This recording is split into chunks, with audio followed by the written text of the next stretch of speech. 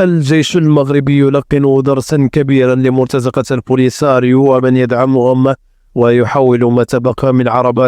عرباتهم العسكرية ودباباتهم الجزائرية المتهالكة إلى رماد يزين رمال الصحراء بالمنطقة العازلة. وتداولت عدد من الصفحات والمنابر الإلكترونية صورا لعدد كبير من العربات العسكرية التي استهدف سلاح الجو المغربي في الأشهر والأسابيع القليلة الماضية في مناطق متفرقة داخل المنطقة العازلة. وقام أحد الناجين من القصف والتابع لجبهة البوليساريو الانفصالية بتوثيق الحالة المزرية والخراب الذي لحق بأحد عرباتهم، وهو مقطع فيديو لا يتعدى نصف دقيقة ذكر فيه أن القصف المغربي تسبب في مقتل العديد من ميليشيات البوليساريو، في حين استطاع آخرون النجاة بأعجوبة حيث لم يكن داخل العربة أثناء القصف المغربي، مشيرا أنهم كانوا تعمدوا المشي على أرجلهم متفرقين، وذلك لتقليل الخسائر البشرية في حال ما قامت الدرون المغربية بكشفهم، حيث في الغالب الطيران المغربي يستهدف العربات والآليات العسكرية المتحركة فقط، حيث أنه في الآونة الأخيرة لم تعد الدرون المغربية تميز بين العربات العسكرية وبين ما هو بشري أو حيواني، وأن كل ما يتحرك داخل المناطق العازلة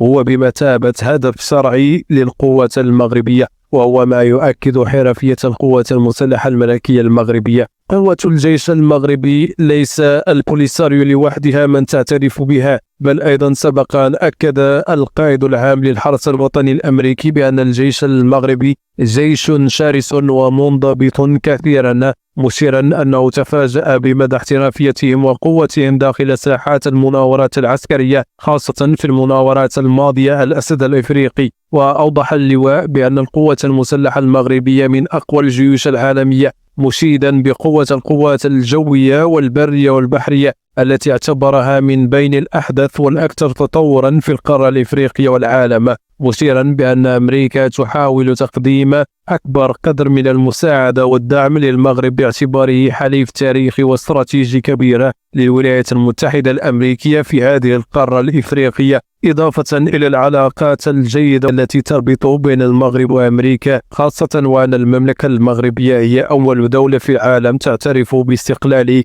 الولايات المتحدة الأمريكية قبل وجود دول الجوار. وهنا نذكر دولة الجزائر التي لم يكن لها أي وجود ما عدا بعد 1962 عندما افترعها أو نشأها المستعمر الفرنسي.